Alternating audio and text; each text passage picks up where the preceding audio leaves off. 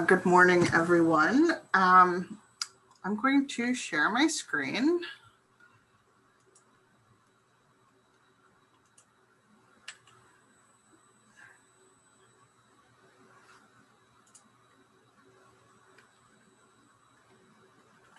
So hopefully you know the general topic of this session, or you wouldn't be here. It's improving documents, LibGuides, tutorials, and more. And this is just basically digital accessibility basics for any library content creators. So we wanted to get this out of the way at the very beginning. If you would like to access these slides, you can go to the URL that is on the screen. It is bit.ly/SUNYLA-W1. And just put that in the chat as well. Thank you, Claire. So we recommend that you download this so that it'll be easier for you to take notes, so you're not sort of scurrying to write down everything we go through. So I'm Laura Harris. My pronouns are she, her, and I am the Distance and Open Education Librarian at SUNY Oswego. And Claire, do you want to introduce yourself? Hi, I'm Claire Payne. My pronouns are also she, her, and I'm the Web Services and Data Librarian at Stony Brook University. And Claire and I met each other through the SUNY Libraries Accessibility Cohort, which was established last year. And I'm going to give you a little overview of the accessibility cohort before we go any further. Basically, it was a group, or is a group, of librarians from within the SUNY system. It was a volunteer, if you're interested kind of thing. And those of us in the group wanted to learn more about accessibility, essentially. One of the things we discussed is EIT, which stands for Electronic and Information Technology Accessibility Plans, which were created by most campuses. I will be doing a session with Nasli on those on Friday, I believe at 10:15. And we talked about ways we can work together to sort of reduce the workload. And one of the most prominent ways we did that was we talked about database procurement and reviewing databases for their accessibility. And there is also a session from some of our members in the cohort, and that is on Thursday at 10:15. And that is with Carly Spina, Michelle Eichelberger, and Rebecca Oling. So basically, the next thing we're going to talk about, this is the overview of the entire workshop. I'm going to talk about what digital accessibility is, why it's important. We're going to talk about these 5 accessibility principles, label content types, which I'm going to talk about, and that will have 2 activities, and that'll take a good chunk of time. And then Claire is going to do the other 4 principles, which are use clear language, provide text equivalents, use color carefully, and provide descriptive hyperlinks.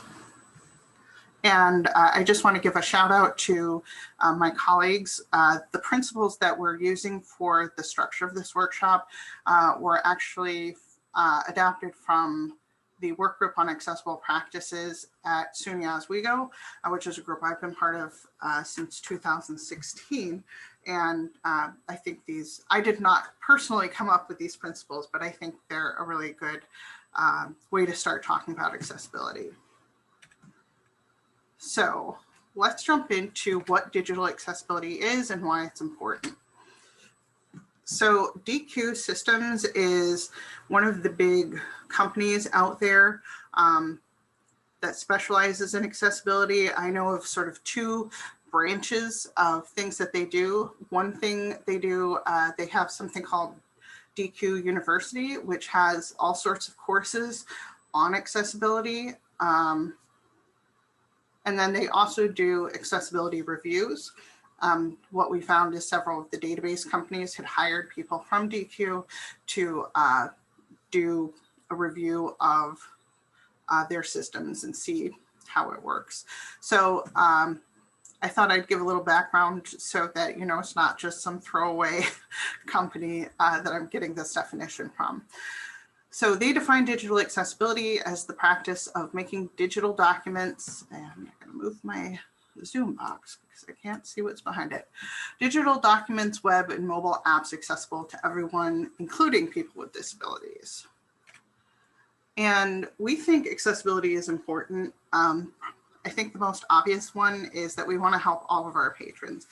We don't want to help just some of our patrons. Also, designing accessible experiences benefits everyone. I'm going to give you an example. Captions are something that are helpful to deaf people and people who are hard of hearing, but it might also be useful for a student who is studying late at night and the roommate is asleep and they don't want to disturb their roommate. Or perhaps a student who's on a noisy bus or train commuting to campus or commuting to their job. And a corollary of that is that designing accessible experiences also leads to innovation. One of the early examples of this is that one of the first typewriters, apparently there were a bunch of different people designing typewriters, I think in the 17 and 1800s, but one of them was designed for a blind woman who was a friend of the inventor. And he also came up with carbon paper, which, as I understand the way it works, is the key hits the paper and it goes through one layer, which is the carbon, and puts the carbon on the white sheet. And I know that's something that people use in sewing as well. So these are some older examples, but also Apple's Siri was originally developed for people with disabilities, but I think most folks with iPhones have probably used Siri in one way or the other.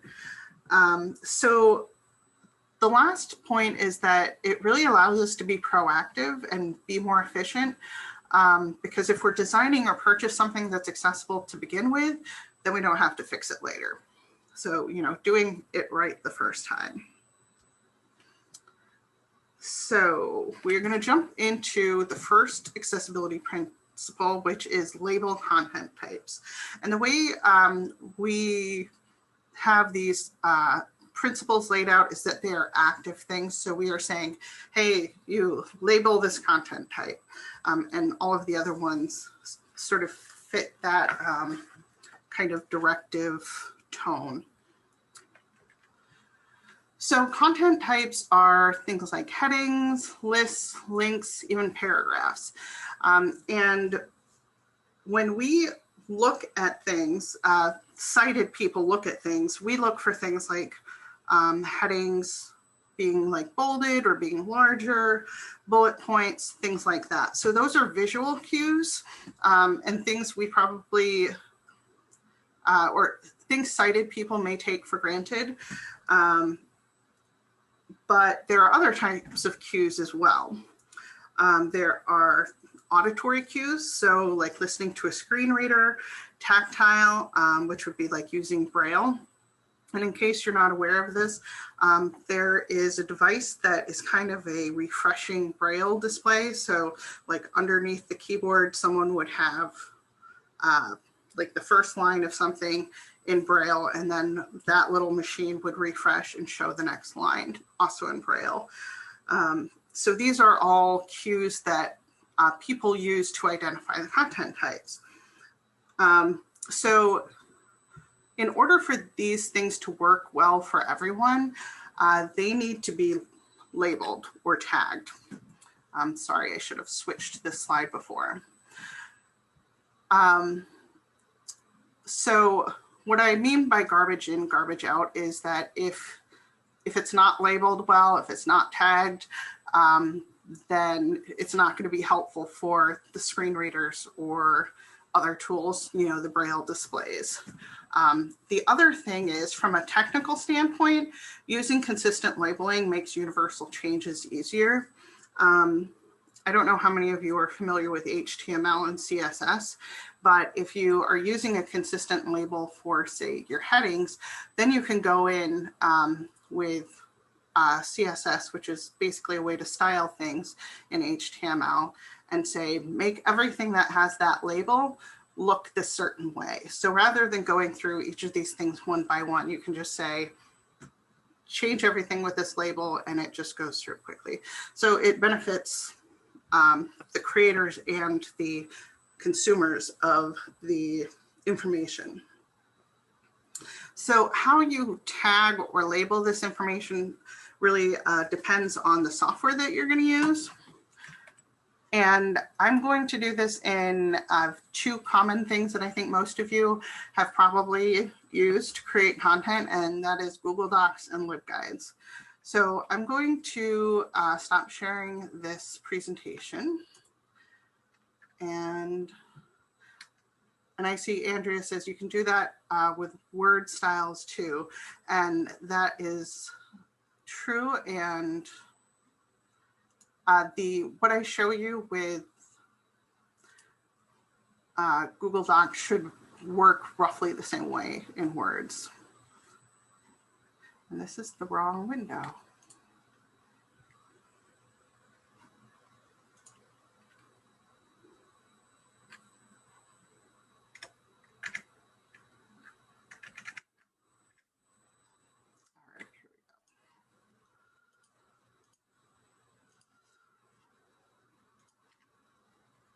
Okay, so we'll start in LibGuides.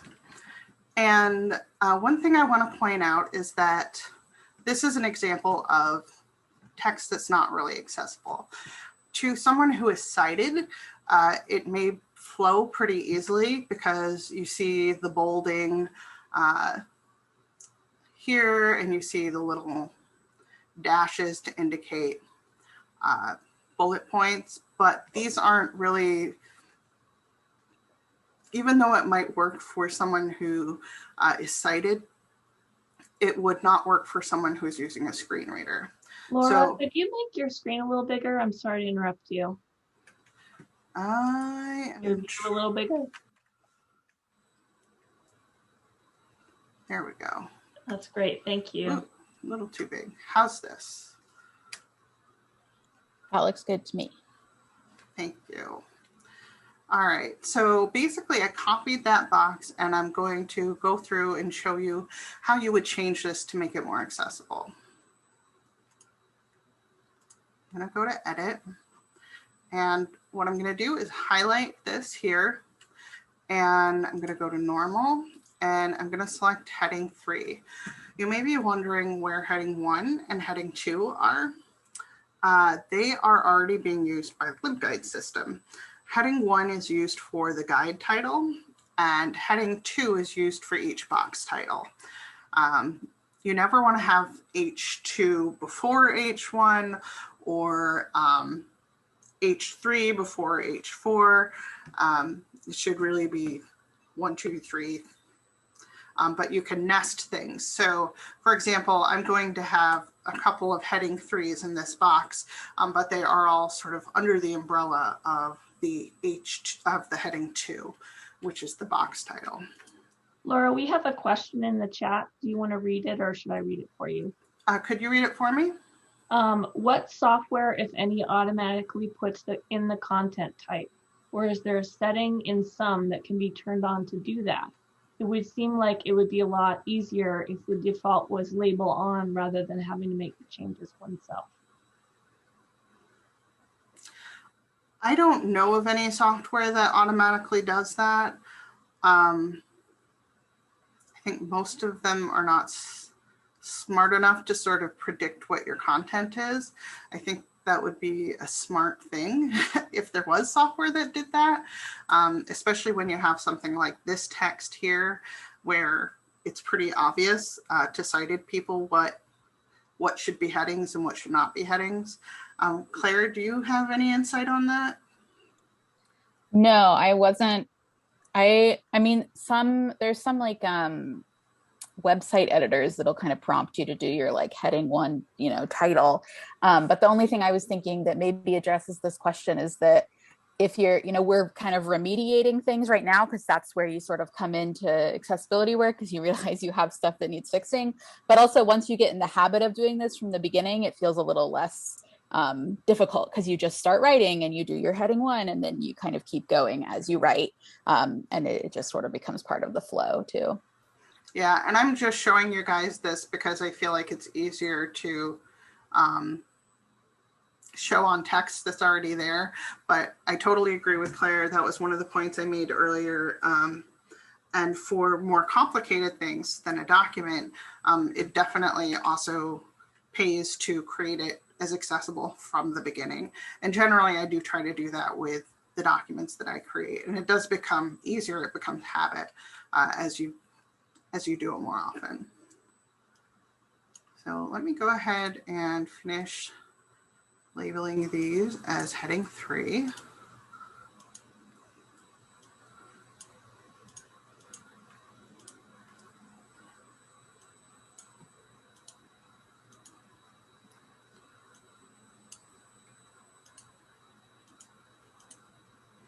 And then for the bullets, just going to click here. I do need to remove the hyphens I had there.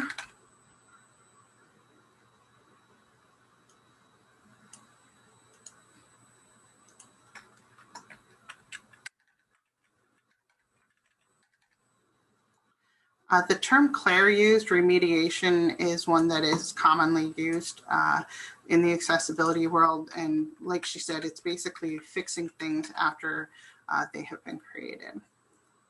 So I think I need to zoom back out and able to get to the save button here. But we now have something that is more accessible than it was before. So I basically put the same text into Google Docs, and I'm going to show you something. It's basically very similar to what we did in LibGuides, but there are some additional things you can do in Google Docs and Word that I'll show you. So let's go. I'll do that right now. First of all, my favorite serif font is Roboto, so I'm going to change the font of everything. The other thing I tend to change is the spacing. Or could you zoom this one in a little bit too? Yes, sorry about that.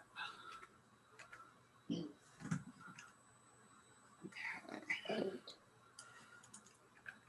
So I was editing the spacing here, and I'm going to set it to 1.5.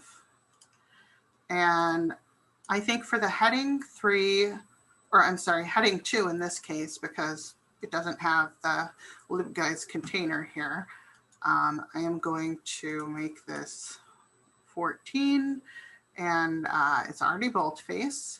And what I'm going to do here is I'm going to go down to heading 2, and I'm going to click Update Heading 2 to match. So, Laura, I'm sorry to interrupt you again. Oh, no, that's fine. There's another question, and it's referring to the previous thing. So, okay. Is there such a thing as a LibGuide accessibility checker that could indicate weaknesses in a page? Not that I'm aware of. And just as a side note, if you didn't know, I actually did work for SpringShare for 5 years. So at least when I was there, it has been 5 years since I worked there. But to my knowledge, there isn't any such functionality. However, that said, there are basically LibGuide is just a web page, and there are tools out there that you can use to check web pages. And I'm totally blanking on the names. Claire, can you help me out? I think it's one of them is the Wave, right? Rebecca's just put it in the chat. So there's like the WebAIM Wave, and that's kind of the big one. And then there's more that are browser add-ons, some of them that are subscription services. But if you're kind of just getting started with it, yes, thank you, Rebecca. The Wave is a great place to start, and then you can kind of explore different options. And we can update our slides to add a couple of those too. I don't think there's any in there, but.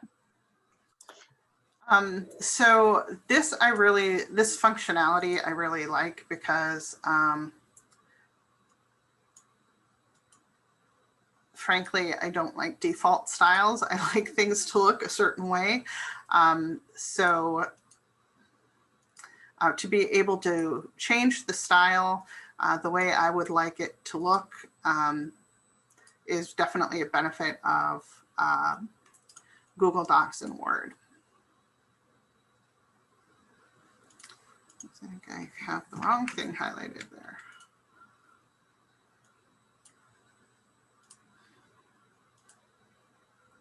So let's say I decide I want to change how this looks. I want to make it even bigger, and I want to make it dark blue, let's say. I can then go up here and I can say update heading 2 to match again. And you can see everything changed here. So I didn't have to go one by one and fix them. It just went through and changed them all. And that's because they were all tagged correctly as a heading 2. So that's kind of what I was getting at earlier when I talked about consistency and how it makes it easier for content creators because you only have to change it in one place and then it trickles down.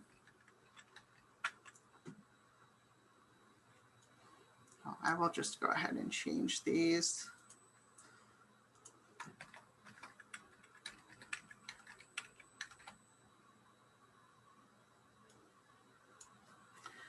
And while I am in Google Docs, I want to point out that there is an add-on, and actually my Oswego actually subscribes to this as an institution, but it is also available for free download.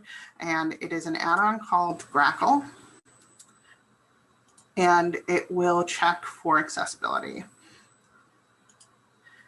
And because this does not have a title, I'm going to add one.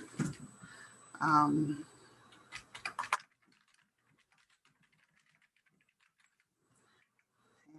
I'm going to make this a little bit bigger, and we'll make it black. And I'm going to say this is heading 1. So you can see document title is required. If you don't have that H1, I don't think I need to log in for this. So in Google Docs, you need to use, I believe, title instead of H1. So you can see 21 of 22 checks passed. And this is where it gets a little tricky. And I'll be honest, I am not sure. Claire, do you know when to use title and when to use H1? So typically, in Google Docs, it's a little confusing because in Word, I always just skip to the H1 because the title, my understanding is like a metadata attribute of the document. Versus a heading, which is more visual. So I think part of it is because this is web-based, it's not necessarily gathering that. But I also think this is a good indicator that these, to some degree, the checkers are really helpful, but you also, if you know the kind of underlying best practices, they're not always going to catch everything. And sometimes, as here, it's sort of contradicting itself that you have to have a title, but then it's telling Laura that the headings aren't properly nested because there's no H1 above the H2. So when I do Google Docs, I always just stick to the heading 1. And then if I'm exporting it, I will, and it's in Word, you can give it a separate title. But yeah, I'm sorry if that's still a little bit confusing, but it's one of those things where the technology is not always 100% caught up to everything we want to have. Yeah, and I think too, you can get like a false thumbs up. If we had all of this in just plain text, no headings, no bullet points, nothing like that, it probably wouldn't know anything is wrong other than maybe missing a title, because it's not smart enough to realize what type of content it is. So, and Rebecca's added in the chat that we are told to use H1 often as the title and go from there, and that there should only be one H1, so one title. Yes. Yeah. All right, so we are now going to do an activity. And this is going to be a collaborative activity that we are going to do together. And oops, that's not what I wanted to do.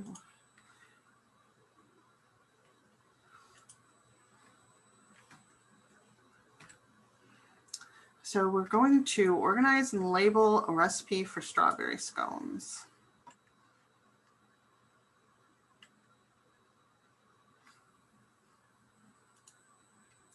And can you guys see the Google Doc? Yep. Perfect. Okay, so with the recipe, you can, what are the two obvious headings that you usually see in recipes?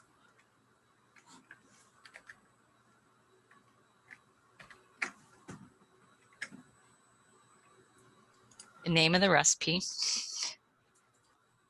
right. What else?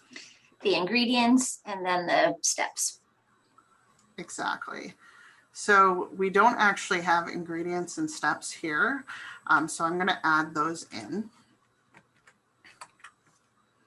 So this is an example of sort of doing it from the beginning rather than fixing it later. So we will go apply heading 2.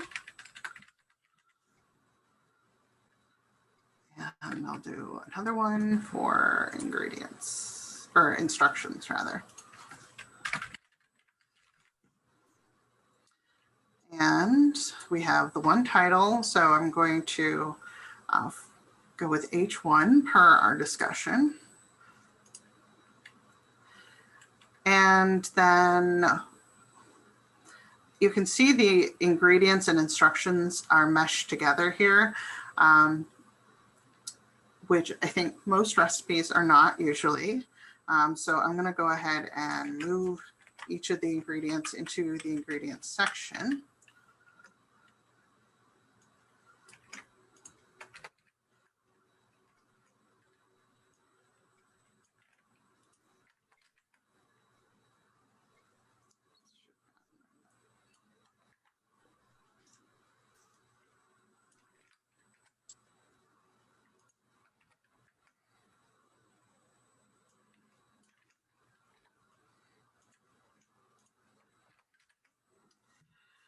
Okay, so what might you do with the ingredient list to format it differently? Add bullets. All right, so we're going to make those bullets. And then what about the instructions? How do we usually format those with a recipe? Numbered. Yep. So, oops, forgot to put the butter into the appropriate place.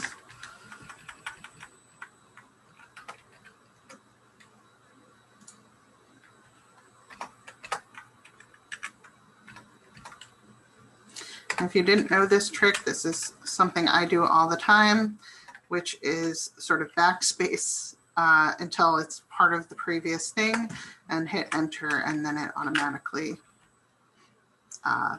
gives you the next number in the series.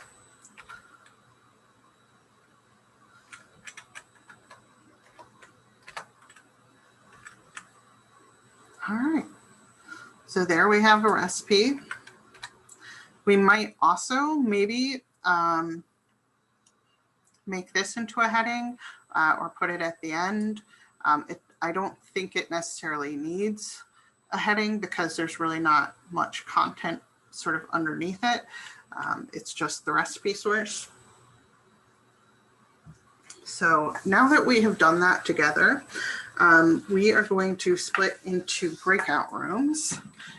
And So we do have a slight hiccup with the breakout rooms. Do you want to explain that our Sure. host? Yes, as the Zoom room host, at the beginning of the meeting, we didn't have it set up for the breakout rooms to happen, and as well as the captioning. So it was changed mid-meeting, which I don't think changed it in the current settings. So I'm going to have to end the meeting and then restart. So if everyone can just rejoin, fingers crossed that we have it fixed so that we will get captions and be able to put you in breakout rooms. So I'll go ahead and end, and then if everyone can just rejoin at the same link. See you all in a minute. Yes, thank you. Okay, people are coming back in. Good news. I do see the breakout room option, and I have just turned on the captions, so I think we're back in business. Awesome. Thank you so much. Apologies to everyone. We'll just give everyone a couple minutes here to get in, and then we'll get the breakout rooms going.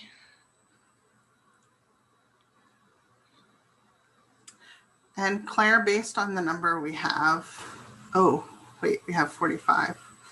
Let's see if that goes back to 75. Yeah, we'll give everybody a second to find the link again and get in, because I think it was at around 70.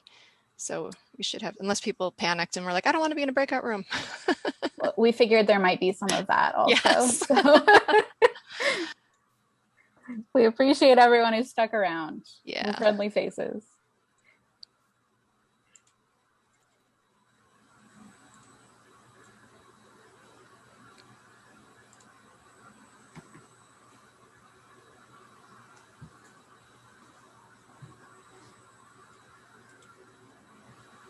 Holly, no camera required. It's always good to know, because I was in a workshop and we had to put our cameras on. I'm like, oh, I was at home. My hair was not looking good and I wasn't prepared. No. Well, and we don't have too much time to talk about this in this session, but we do have some materials on at the end. It's a great accessibility practice to not make people turn on their cameras. I know. You never know, I was just going to say that. That's like very presumptive that you would, I think if you're not comfortable on camera, you shouldn't have to be on camera. Yeah. Yeah. I also feel like, oh, sorry, go ahead. Melissa said I don't have access to a webcam and microphone right now, which I think is something. Yeah.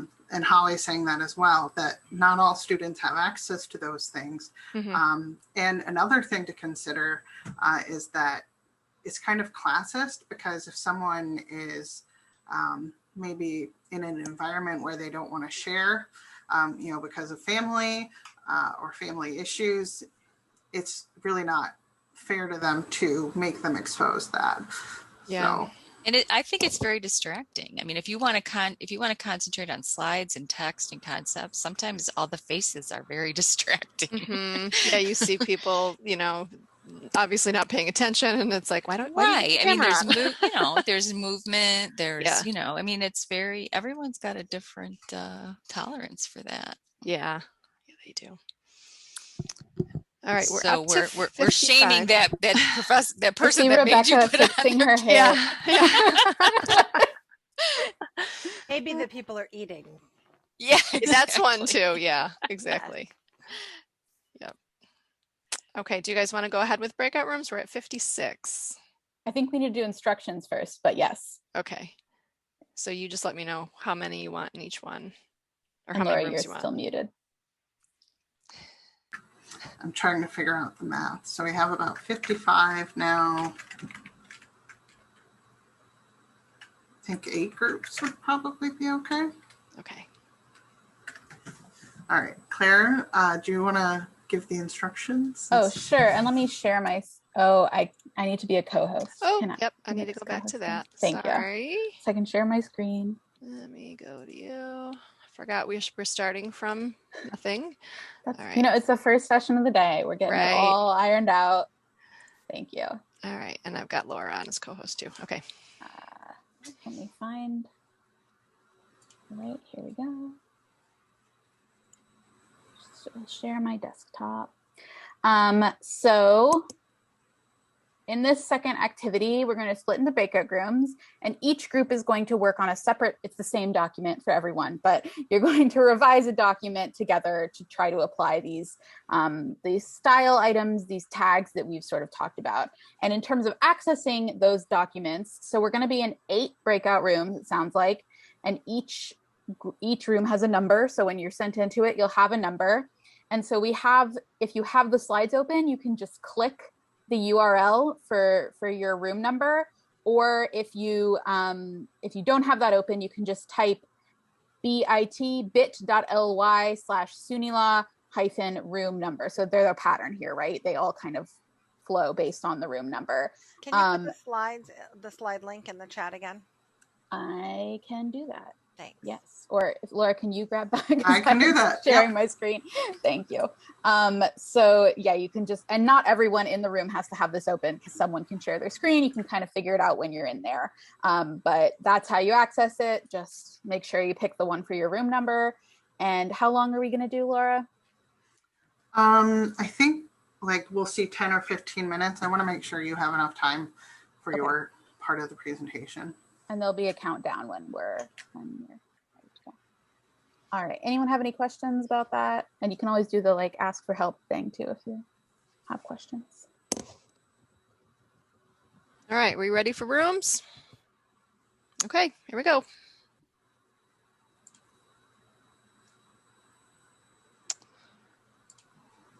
All right, and you want the rooms to be done in about, let's say like 12 minutes. 12 minutes, okay. So we'll give a countdown and we'll do, okay, here we go.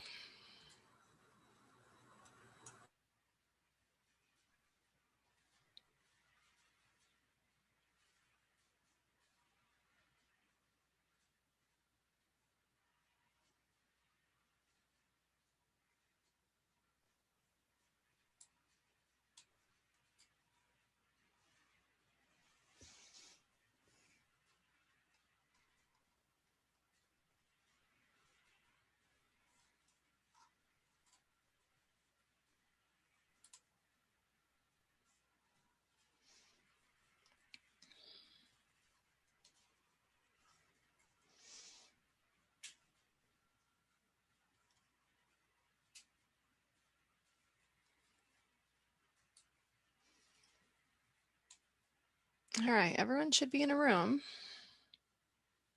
Perfect. I always know if people step away, they may not see the invitation. Yeah, So. yeah. Or if you're on the like web Zoom, it can get kind of cranky. Yeah.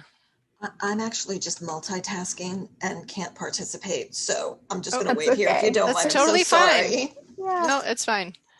I'm just looking at the list here to make sure everyone who needs to be is in there.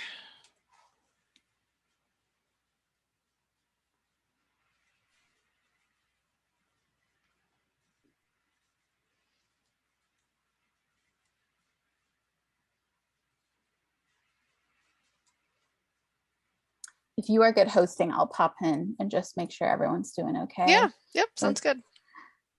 I've done a bunch of conferences from the kind of coordinator roles. I'm used to hanging out like Yeah. waiting to make sure, but I will. Yep. I'll jump in. Thank you. Yeah.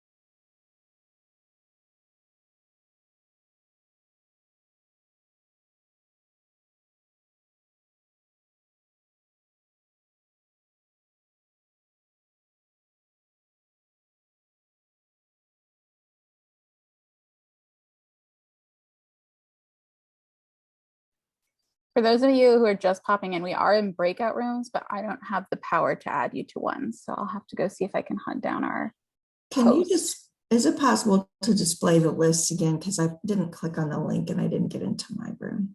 Oh, yes. Oh, the breakout room invitation?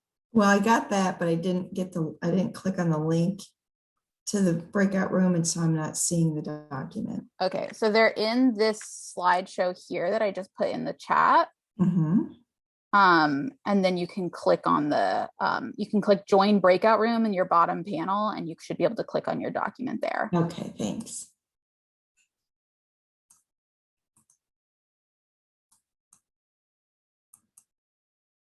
Laura, you're muted. I'm trying to find Michelle because they can't share their screens. I was also trying to do that. Yeah. But I think you have to do it. I think she must have gone into a breakout room. It was weird because I couldn't see her on the list in the breakout, like of which breakout room she was in. So I can go try to hunt her down if you want to stay here, and then whoever finds her. Do you want to do it that way? sure.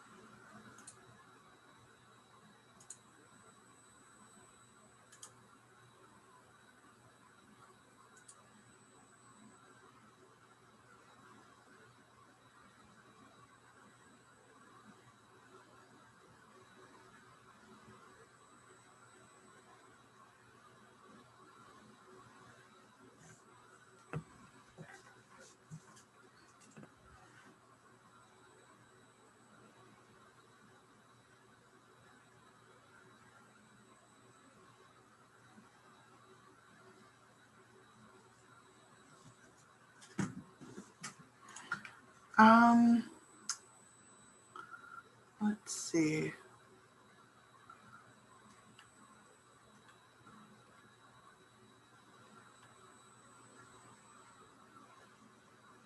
Michelle, do you have the ability to put people in breakout rooms? Because I don't seem to be able to do that now either. You're muted. Sorry. Yeah, I think it's only through the host. I did just try to change it to all participants sharing on the main room. So I don't know if you want to check in, Claire, and see if that's working for people. Oh, sure. All right, and you want to put somebody in a room. All right, I've got Amy Clark and Jessica Rice. Jessica. Okay, Jessica. Let's go. All right, here we go.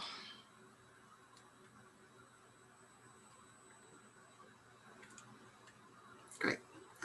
She had messaged me asking if we could put her in her room. So. All right. That work? I didn't see it, but they said it was working. Okay. So yeah, we'll find out. Okay. I'll send a little message to everybody. Oh, thank you.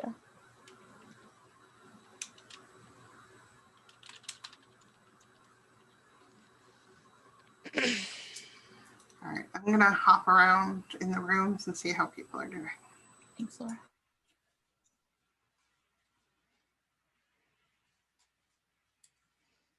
This is a good training moment for me. I have not managed breakout rooms yet. So I'm learning. We're friendly people to I know, learn. that's what I figured. I'm like, no one's gonna get mad at me or yell at me. I was in a conference, I think it was in like last month, and they were trying to get the transcripts working in English and in French. Like they had an interpreter, and they had to start and end it, I think 3 times to get it working. And everyone was like, it's okay, you're doing your best. You know, we're all doing our best. I think all of us, like, our tolerance level for when someone doesn't know how to do something has gotten better with all this change and different ways of doing things, you know, like we are like, it's fine, whatever, but it'll work. Yeah. And it did, they got it working. They got the French and the English. And yeah.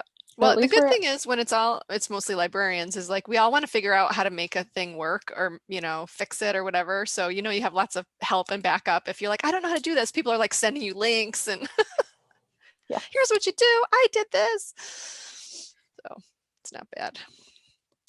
Okay, we're at 3 minutes before the end. Do you want me to, well, they'll get a message when there's a minute left. Yeah, I think you may have to actually still click end breakout rooms at when the countdown finishes. Okay. I'm trying to remember. Okay. I haven't done it in a minute. I'll see. It says we've got 2 minutes and 35 seconds. So perfect. I'll go ahead and get my screen share set up because I'm going to be taking over. Okay. From Laura from here. Oh, what happened? Amy, I'm sorry. What happened? It's okay. It's no yeah, now there's only 2 minutes left. Yeah, that's fine. I'm sorry. I don't know No what worries. happened. No worries. You probably heard me just saying that this is the first time I've done this, but yeah, no, it's all good.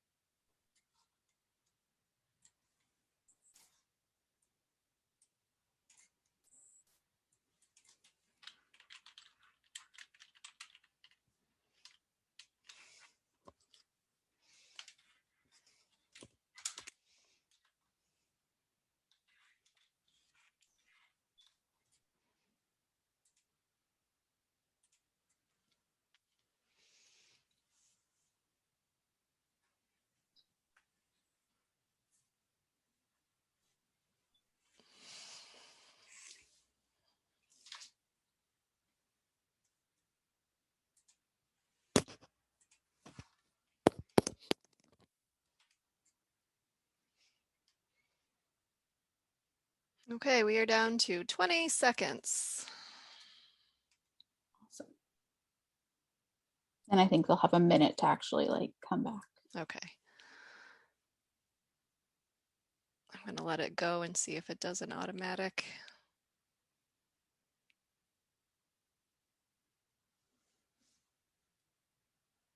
Yep, all breakout rooms will close in 55 seconds. So there it goes. Perfect.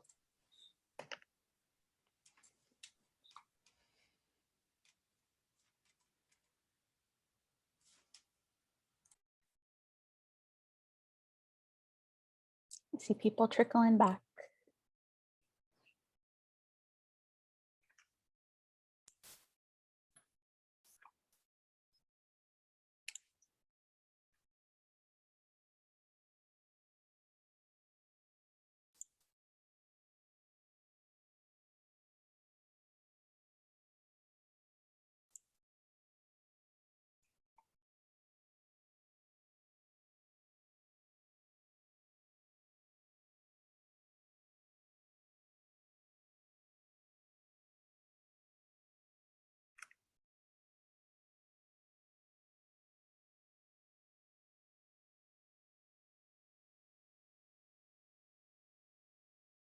All right, looks like we're all back, I think. Laura, are you back?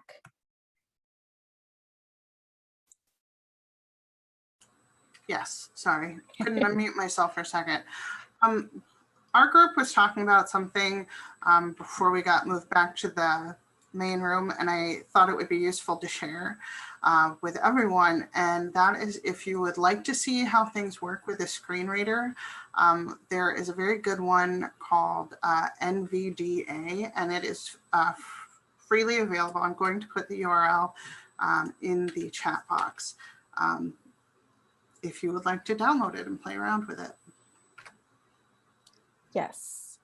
I'll add also, if you're on a Mac, you have a screen reader built into your computer. It's called VoiceOver on, I think, any Apple device, and you can use that as well. It's a good kind of. There's also all kinds of YouTube videos where you can watch people use a screen reader, because it's one of those things where, as you would learn, it can be really difficult to get a sense for people who use it regularly as you're a new person, but it's great. Windows uses Narrator as its built-in screen reader. Jessica in the chat. Holly, will we get the slides separately from the recording? I do not know. SUNYLA folks, are you collecting and providing slides? I don't know the answer to that question. Yeah, they're usually provided on the archived conference website. Okay, perfect. And Laura's sharing the URL again, so you'll all have it. Great. Any takeaways from that breakout rooms before we kind of continue? You can put those in the chat. I just want to show you, I pulled up the slide here. We have additional resources for doing this kind of document accessibility, content structure stuff. And one thing I want to highlight is that, we were talking about LibGuides and Google Docs, and of course, Word works the same way, or very similarly. And it's really important, especially if you're working on something like a PDF, if your root document is in a good place, then your PDF is going to be in a better place to start than it otherwise would be. Although I will say PDF remediation is kind of a whole other can of worms that that if we have time in the Q&A, I can mention a few things, but we don't get into in detail here. Lisa says it's hard to do when it's not your content. Yes, that's true. Although you'll often find, as librarians, I do think we inherit, as library workers, we inherit a lot of stuff. So we have to figure out other people's content a lot. Yeah. Yeah. Great. Laura, any closing comments before I kind of move on? No, go for it. Perfect. Rebecca, oh, I like that, Rebecca. One of the thoughts we had was that the difficulty of that experience mirrored what blind students experience. Yeah, anyone who's that, if any unmarked up content, that's a great kind of analog. Earlier, someone mentioned how great it would be to have one for LibGuides, a cheat sheet. Any thoughts on if that is available or being worked on, like a LibGuides accessibility cheat sheet? Is that what you mean, Holly? Yeah. I don't think LibGuides has some accessibility resources on their website, and we'll actually talk about that with a few of the other principals here. But then I know, like at my institution, I have kind of an accessibility 101 for LibGuides page on that is available. Claire Ehrlich says they have a 1-hour CAN training on it. And so there are all kinds of resources out there, both from SpringShare and not. So there should be some stuff available. Thanks, everyone. In the interest of time, I am going to move on, but please do feel free to keep adding stuff to the chat. This is all great conversation.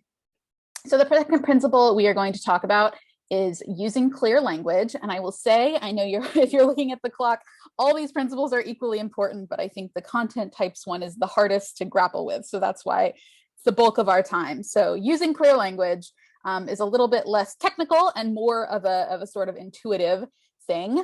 So I have a few just guidelines about here. And using clear language matters both to be accessible for anyone with cognitive disabilities, but then as someone who works on the web, it's a really good practice to get into just in terms of developing a good relationship with your patrons, with your users.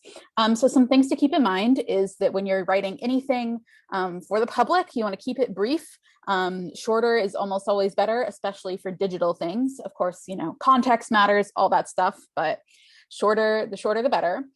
We really want to avoid jargon and acronyms, which in library world can be really hard to do. I know, there's a million acronyms just probably that we're all familiar with here, right? SUNYLA, all the different institutions have their acronyms. We have vendor acronyms, but whenever possible, we want to spell things out, at least the first time we're using it. You want to aim for a middle school reading level, which sounds a little bit silly, but in terms of getting things to folks quickly and accessibly, when it's a kind of lower reading level or a quote unquote lower middle school, it's something that people can parse just that much more quickly without the cognitive load being really high. And then the last part, to tie into what we just talked about, you want to give your content structure. So rather than just having like a big paragraph, maybe with some carriage returns in there, if you have lists, if you have bullets, if you have headings that are then properly labeled, labeling your content types a lot easier. It's going to be both easier to read for sighted users, for people using a screen reader, for pretty much anyone. So what this kind of looks like, here's an example. This is a made up sentence, but talking about my library. So this says current serials can be located on the first floor CRR in the Melville Library. And you'll see that's got passive voice in it, which is not great. We learned that in English class, but it applies just as much for readability. We've got jargon. What are serials? I know we probably all know what they are, but I think a lot of our students do not. And you've also got an abbreviation. What is the CRR here? What does that mean? So in this second one, I've improved it a little bit. It says journals and magazines are on the first floor central reading room in Melville Library. Got rid of the abbreviation, reversed the sentence so that there's no passive voice. And I got rid of that jargon serials and used journals and magazines, which our users are probably a little more familiar with.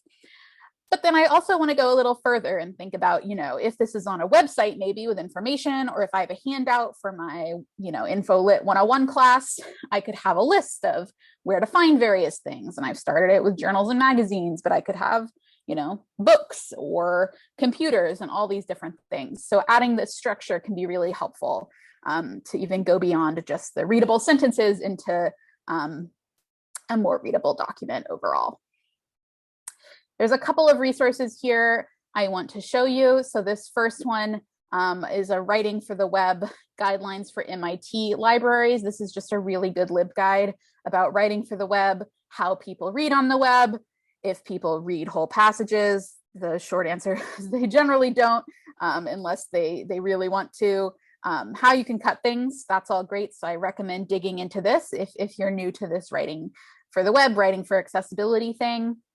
And then the other resource I want to show is this. It's a web app called the Hemingway Editor.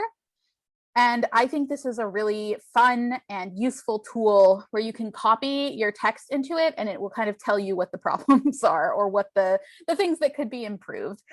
So as it says, it highlights lengthy, complex sentences. If you have too many punctuation marks to make your sentences go on and on rather than compact, it'll tell you, and it'll also give you this kind of readability score. So again, this grade 6 is pretty decent.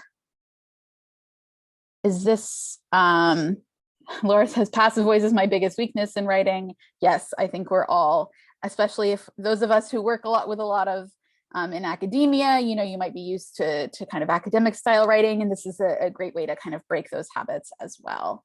Rebecca, I'll have to look. I don't know if that's the guide, but these are all great suggestions, and we will actually add these kind of resources to our slides so that you have them per minute. It's a Google Docs that'll update for you.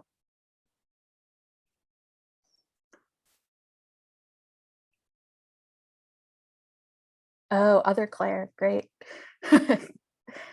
All right, so moving on here. Now we're going to talk a little bit about providing text equivalents. Yes, it's true. There are not often multiple Claires. So this is principle number 3. And when we talk about text equivalents, we're thinking about text equivalents for any kind of visual information. So for folks who are not sighted, who are trying to navigate even any kind of digital document, be it a website or a Google Doc or a Word document or a PDF, PowerPoint, anything, you want to make sure that when you have anything expressed visually, you want to make sure there's a textual version. So we're going to start with thinking about images. And with images, the core text equivalent you're going to be providing is what's called alt or alternative text. And you've probably seen this floating around in various software or tools. You'll just see alt text usually. It's not usually spelled out. And pretty much any image, including graphs, tables, charts, anything that's, unless it's purely decorative, and I don't have that on the slide, but if it's purely decorative, you don't have to worry about it. But anything that has meaning for a sighted user should have a meaning provided for someone who's using assistive technologies. And what I want to highlight here, context appropriate. So we're going to talk a bit about writing good alt text, but it does depend on the context, right?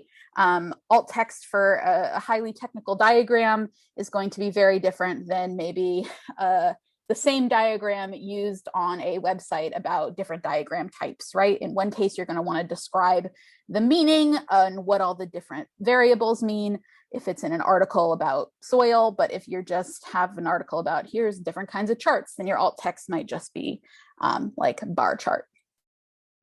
In general, you want your alt text to be brief and descriptive and not redundant. So that means if you have a caption that spells out some kind of information, you don't need to repeat all of that information in your alt text because the caption is already going to be accessible to folks using assistive technologies. And when I say brief, I like to think of it, now this has gone very far into the past, but back in the day, I used to say old school tweets, right? The short 160 character tweet, that's kind of a good framework.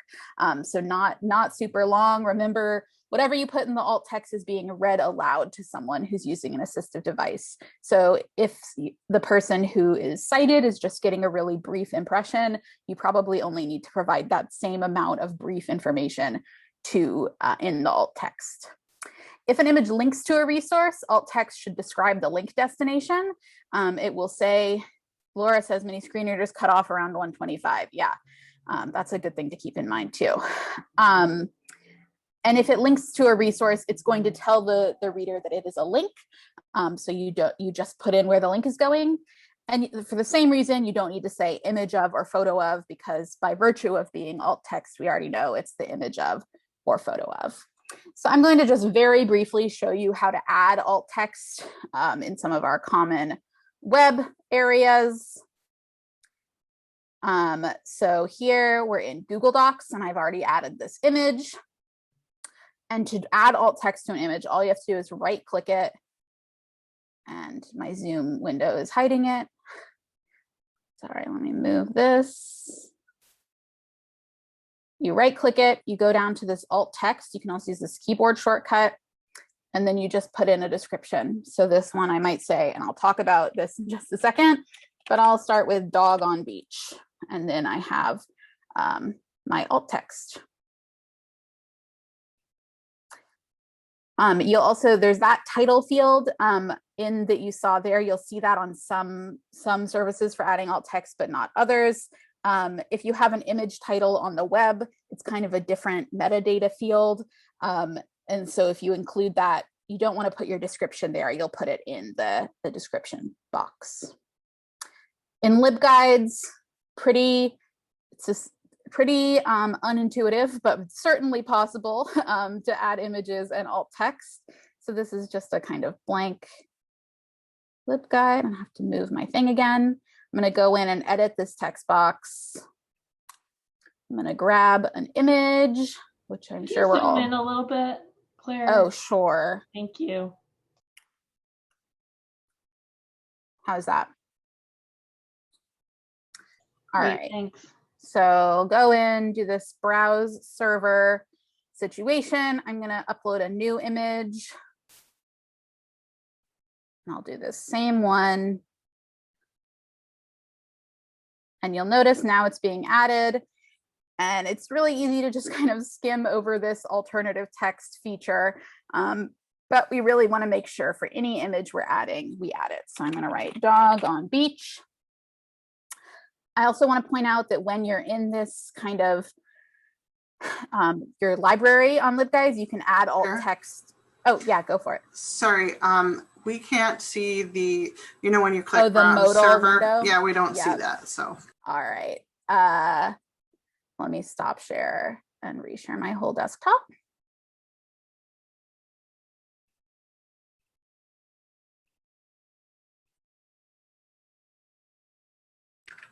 There you go. You can see it now. yep. Perfect. So when you're in here, you can click on any image and add default alt text for the entire library so that if you reuse this image a bunch, you don't have to add it each time. And then you're just going to want to save it, and it'll be, the alt text will appear in your guide. There is also, yep, that can go. We have a resource in a few slides about adding alt text for LibGuides specifically, so you can make sure to check that out. We have a good question in chat. She says, this is Jessica Rice, and she says, I know you don't add photo of or image of, but if the image is of a specific visual type, like a painting, a pencil drawing, an ink sketch, should that be included, or could that be included? Yes and no. So again, it's it can be included, certainly. And I'm going to actually maybe answer this question on my next slide here a little bit, because the thing you're always considering with alt text is context. So if it's important that it's a painting or a pencil drawing or an ink sketch, then absolutely include it. If that's meaningful to the sighted user, then you wouldn't put that in the alt text. But if it doesn't really matter what it is, then it's maybe not important to include that. And there's never like one correct alt text, right? It's sort of a skill you develop in writing alt text. So you just sort of have to ask yourself, is this information needed? So here we go. We have a picture of my dog again, and these are just some examples of different, this is the same picture, and in a few different contexts, you would use different alt text. So for example, we had dog walking on beach, which is what I included in the demo I was doing. And so if this is in an article about like going to the beach in 2021, you know, a user's not asking for a lot of detail about what is happening here. If you're sighted, you're probably not looking at this super closely. So dog walking on a beach tells you what's going on. Then number 2 here, we have Winnie on grassy beach. So this is my dog, her name is Winnie. If this is on a website about like Winnie's favorite places to go, maybe it matters that she's on a grassy beach and that it's Winnie specifically. So that's why I have that level of detail there. This third one, you know, this is the more descriptive, dog with one front leg raised, looking directly at camera.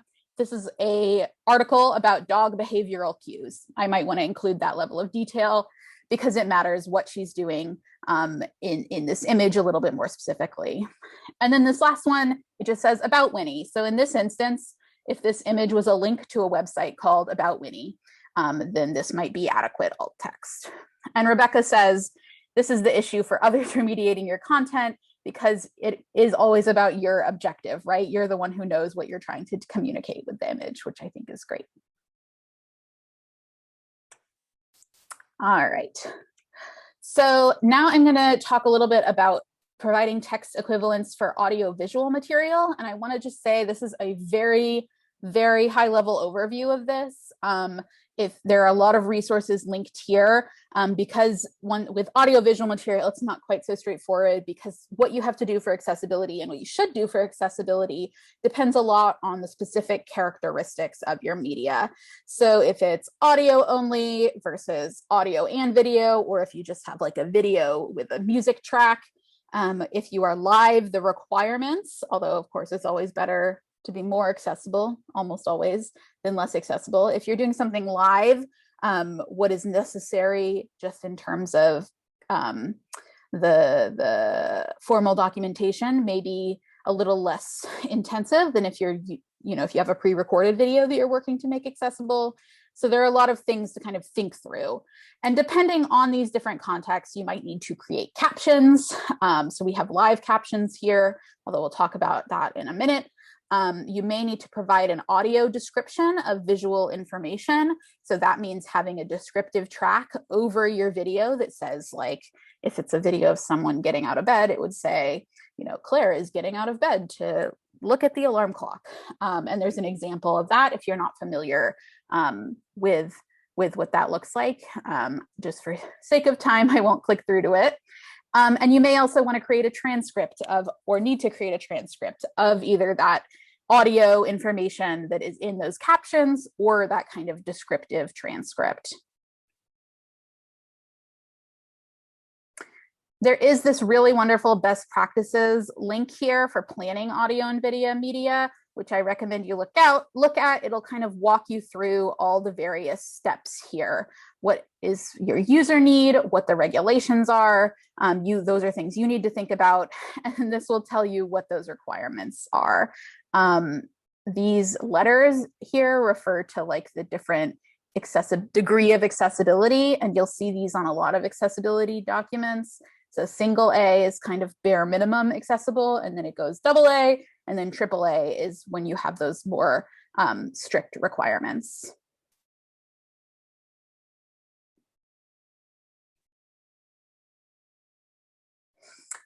So last kind of notes about transcripts and captions. When you're providing captions or transcripts for recorded media, we have those automatically generated transcripts here, which are definitely, almost not definitely, that's a bit too strong. It's generally better than nothing. Sometimes if you are speaking with an accent, or if your audio quality is not very good, they can be a very poor representation of what's being said, but they're kind of getting better and better all the time. So for something live like this, that can be a great tool. But then when you're looking at your recordings, you want to make sure you're touching those up to have the actual reflection of what has been said. And you can often start with those automatically generated ones and go from there. And you can do this within YouTube and Zoom. So if you have those, if you've uploaded like a tutorial in YouTube or in Zoom, you can absolutely touch those up just in that platform. And I will show you how to do that in a moment. And Holly, I see your question. I'll get to it in a second too. And I have another great resource from the W3C Web Accessibility Initiative about transcription. And so if you're not sure what to do with things like or when you need to include background noise, this is a great tool there. So Holly asks, what are the SUNY-wide requirements at this point? The requirements, I think, is a strong word. There are a lot of guidelines, and different libraries, and Laura will talk about this, have developed in her presentation on Friday, have developed library accessibility plans. So you can see what is recommended in those plans and what has the kind of importance of each of those. And I don't think there's any, Laura, do you know of like a single document that lists for SUNY what requirements are? I do not. Yeah, I would recommend looking at your library's accessibility plan to see, and those are all available on a resource we have linked on our last slide. I believe to see, they may not be there now that I'm thinking about it, but you should be able to get a copy within your library.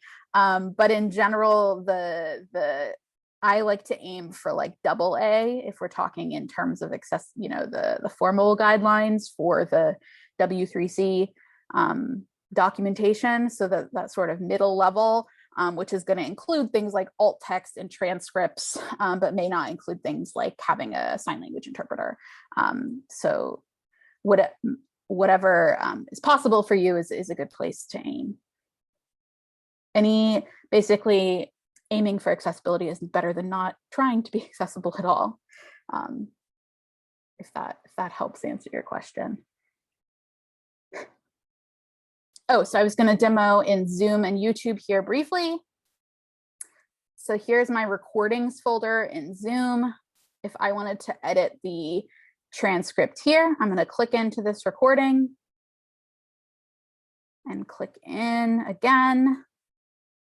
This is from a program we did on Sunday. So you can see me again. And if I want to edit these things here, you'll see, for example, my last name is not spelled like this. I would just click the edit button, change it up. And there we go. And of course, there's other things I'd want to fix here as well. But you can just sort of watch and do it at the same time. Works similarly in YouTube. If you're in your channel, you can go to this subtitles area. and you can see that there are caption tracks. These have formal captions because I've added them, but you'll see this automatic one appears for any YouTube video. You can duplicate and edit, and then it's going to show you what YouTube has transcribed, and you can just go in and touch this up.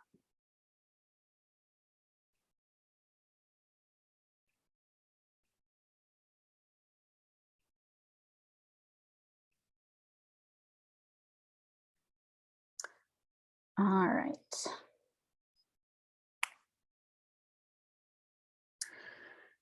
So here are some additional resources. There's alternative text basics about writing alt text, a great video on writing alt text, and then that LibApps resource we mentioned about how to deal with that in the image manager. And then a bunch of information about live captions in all these various tools, automatic captioning, ways to improve that, all good stuff there. And we do have an activity here, but I'm looking at the clock and I'm thinking I might pass, skip it or show it. I think it's a great exercise for folks to do. So that link is there and you can sort of follow the instructions, but I do, Laura, does that sound good to you? Just looking at the time. Yeah, I agree with your feeling on this. So if you want to kind of go in and play around with it, please do that.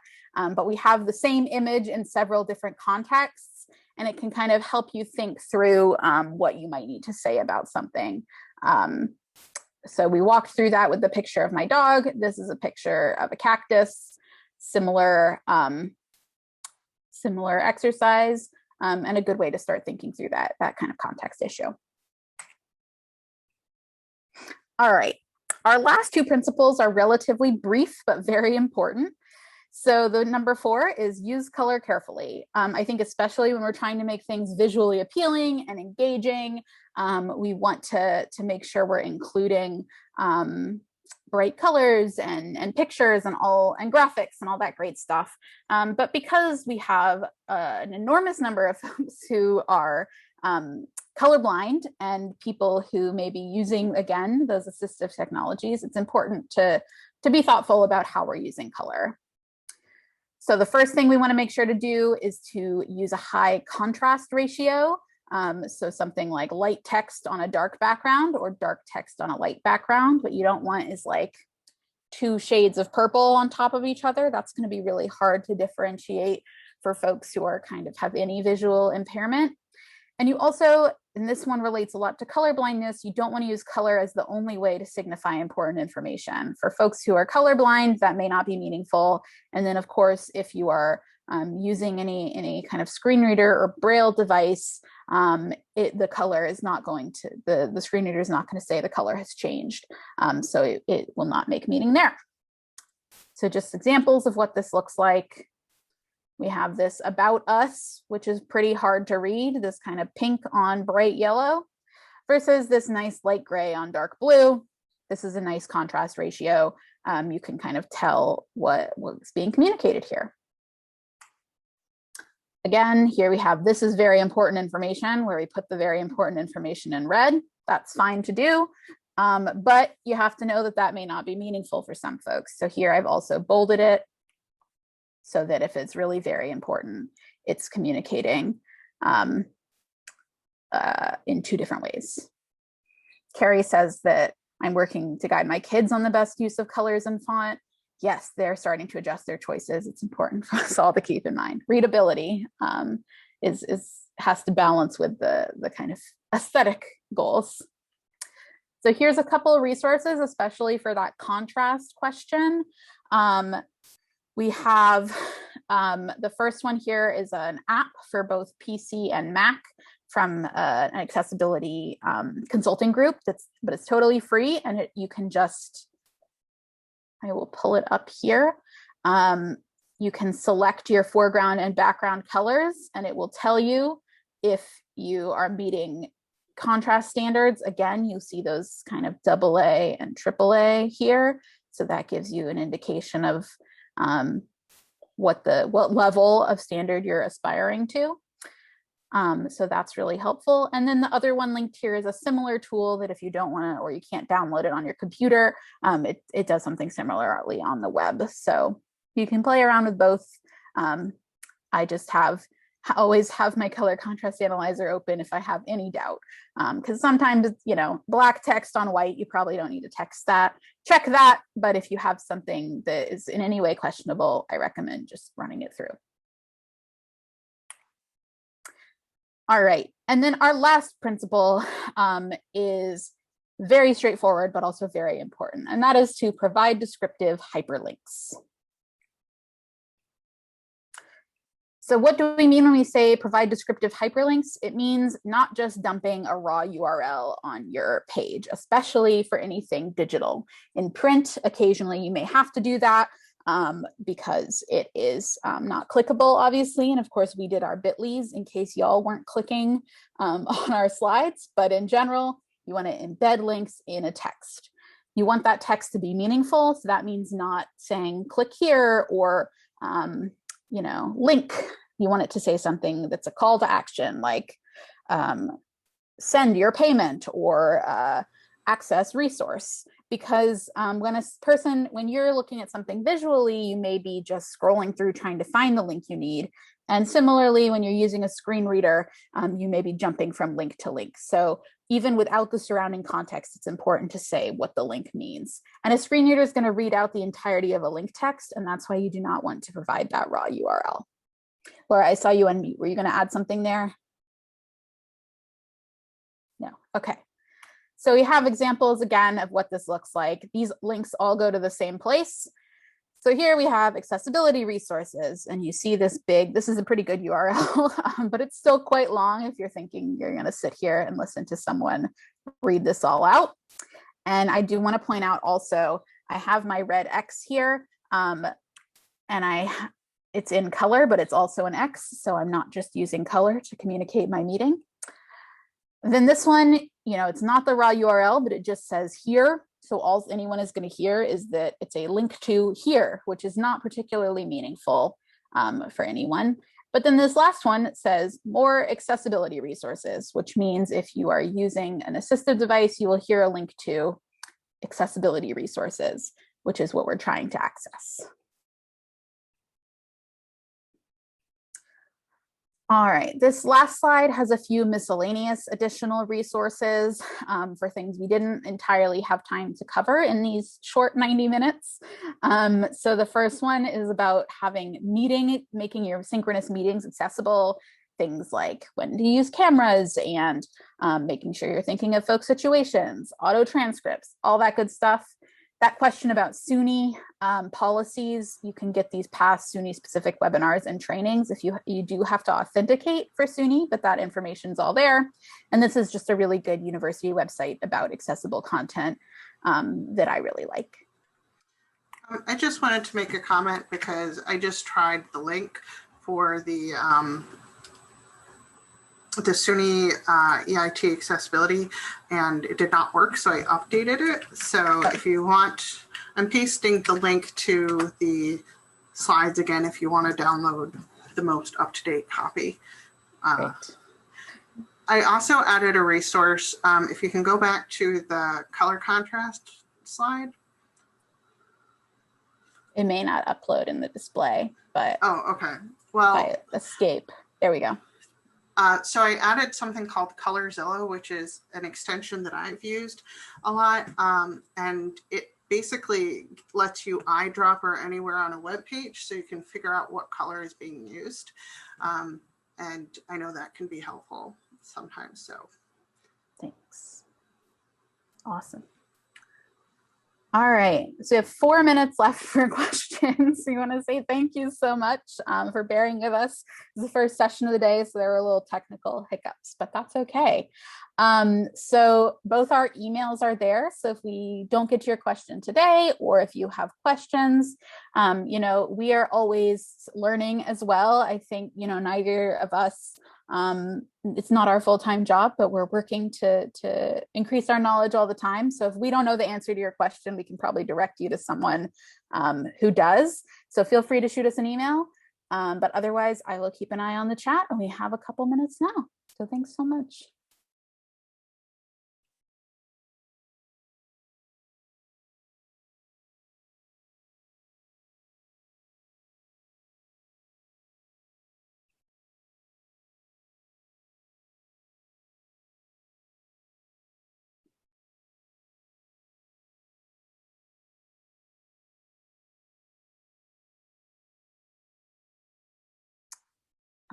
Fiona asks, how can we get a copy of the presentation? It should be on the conference website, I think is what we established earlier.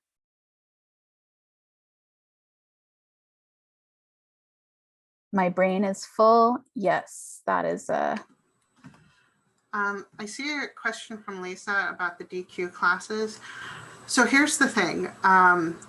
SUNY as a system currently has a subscription to DQ, so it's actually free right now, but I'm not sure how much longer that's going to last. We're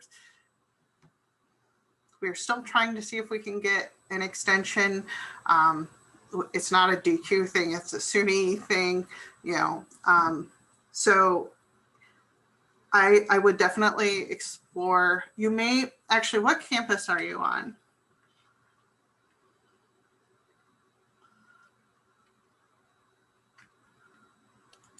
Not SUNY. Oh, you're not SUNY.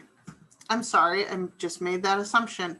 I did add that into the accessibility plan thing because you'll only be able to access that if you are a SUNY person. Unfortunately, I don't know how expensive the DQ courses are. If you're not SUNY though, I would check with like your campus accessibility office because they may have access or subscriptions to, if not DQ, another kind of vendor that provides trainings too. And Amanda notes that it did expire at the end of May. Yeah, I think we're a couple weeks out from that, but there may be a restart of that is my understanding.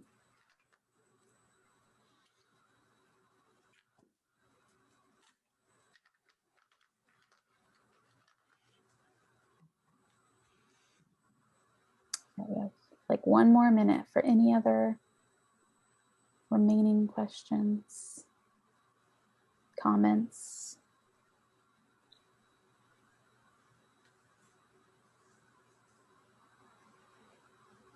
I just thought of something that may be of interest to Lisa. I'm going to stop sharing my screen so I can see all of you.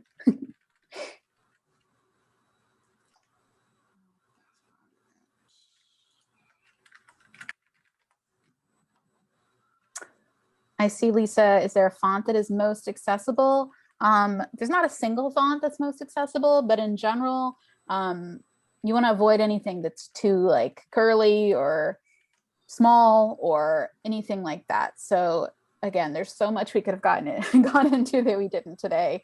But you want to stick to your kind of basic system fonts, your, you know, Calibri, Roboto, Times New Roman, Arial, Helvetica, all of those are going to be perfectly fine. And honestly, 14 and up in terms of point size is great for text documents. But definitely don't go below a 12 is my general rule of thumb. And for presentations, you'll notice all of our text was quite large. And that's another good thing to keep in mind is we want to be like 24 and up for anything like that.